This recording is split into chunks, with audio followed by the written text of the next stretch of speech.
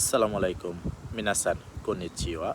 আমি মোহাম্মদ সাইদুর রহমান, জাপানের Tokushima city থেকে বলছি।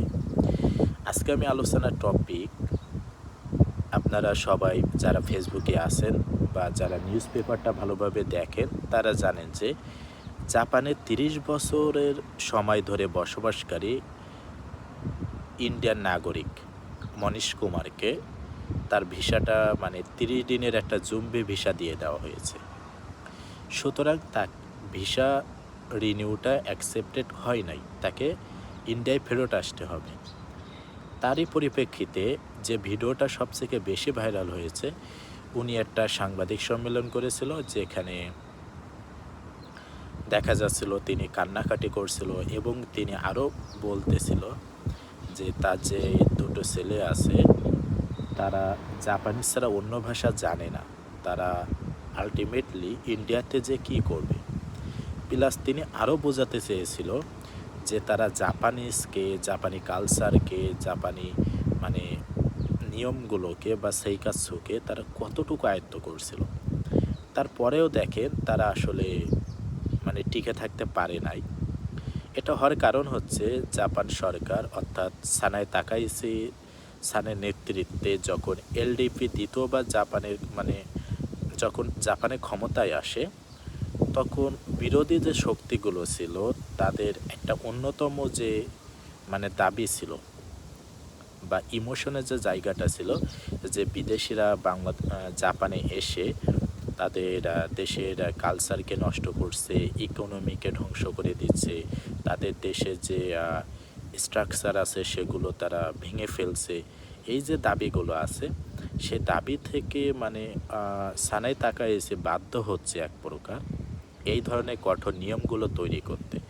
আর তার ভেতরই একটা অন্যতম নিয়ম হচ্ছে যে বিজনেস ভিসা তুলতে হলে আপনাকে ৩ কোটি টাকার মূলধন থাকতে হবে, যেটা আগে অনলি ৫০ লক্ষ টাকার মূলধন থাকলে আপনি বিজনেস ভিসাটা করতে পারতেন।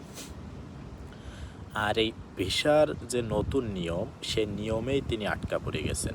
অর্থাৎ মনীশ কুমার তিনি নিয়মের একজন শিকার, বা এটা নির্দিষ্ট করে তার উপর অবিচার করা হয়নি, বরং যে নিয়মটা আপডেট করা হয়েছে সেই নিয়মেই তিনি আসলে আটকা পড়ে গেছে।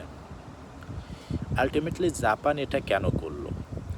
জাপান সরকার যখন ইমিগ্রেশন অফিস থেকে যখন রিপোর্টগুলো পেশ করা হয়, তখন আলটিমেটলি দেখা হয় যে জাপানের যে লো বাজেটের যে কোম্পানিগুলো আছে, অর্থাৎ থার্ড র্যাঙ্ক বা ফোর্থ র্যাঙ্কের যে কোম্পানিগুলো আছে, এরা নর্মালি বাংলাদেশ, মিয়ানমার, অর্থাৎ বিভিন্ন মধ্য দরিদ্র যে দেশগুলো আছে, এইসব দেশ থেকে